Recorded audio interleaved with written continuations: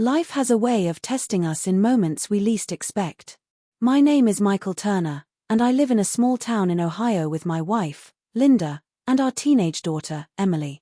4 years, I believed I had built the perfect life, a steady job as a contractor, a cozy home, and a family I loved more than anything.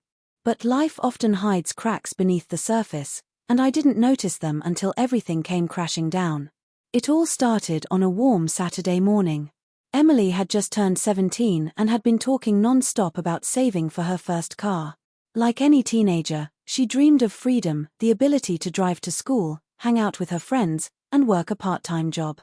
I had promised her that if she worked hard and saved, I would match her contribution. It was our father-daughter deal, and it gave us something special to share. Linda, my wife, had been acting strange for months. At first, I chalked it up to stress. She had picked up extra shifts at her office and claimed she was exhausted all the time. But I noticed the way she started hiding her phone, stepping outside to answer calls, and getting dressed up for reasons that didn't make sense. I tried to push away the doubts, telling myself not to become paranoid. One afternoon, while working on the back porch, I overheard a conversation that shattered me. Emily came running inside with excitement, telling her mom about saving money for her car. I paused to listen, smiling at her enthusiasm. But then Linda said something that froze me in my tracks. She told Emily not to worry, that Uncle Stevie would help her out.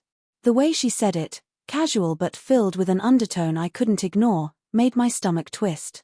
Why would Stevie buy my daughter a car? I thought. Stevie was Linda's co-worker, a man I had met once at a company party.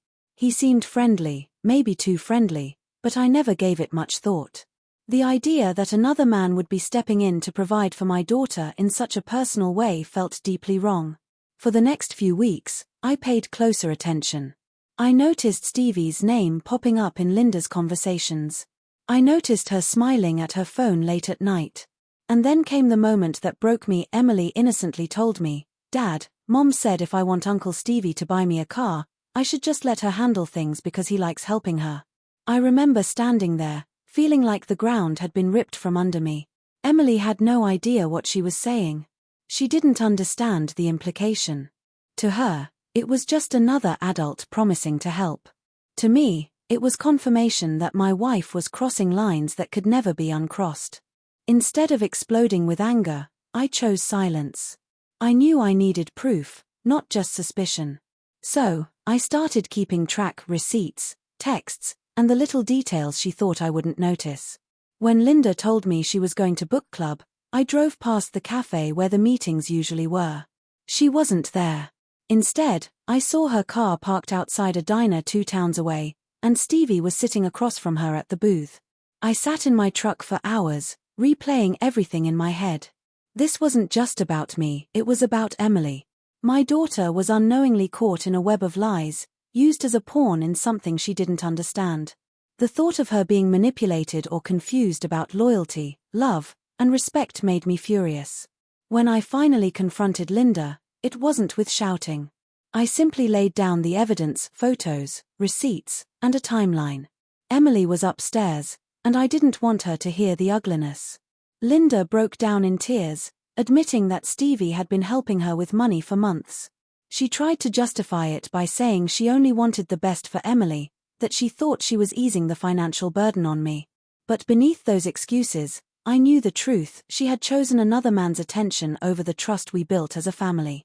The hardest part wasn't deciding what to do with Linda. It was deciding how to protect Emily. I sat my daughter down and explained, in the simplest and most careful way, that sometimes adults make mistakes that have nothing to do with kids. I told her that her dreams of having a car were still alive, but that she should never feel like she owed anyone outside her family something in exchange for support. It took months of counseling, difficult conversations, and more tears than I can count. Linda eventually moved out, and though it broke Emily's heart at first, she began to understand that honesty and respect are the foundation of any family. As for Stevie, I made it clear he was never to come near my family again. I worked overtime, picked up extra jobs, and eventually surprised Emily with a used car for her graduation.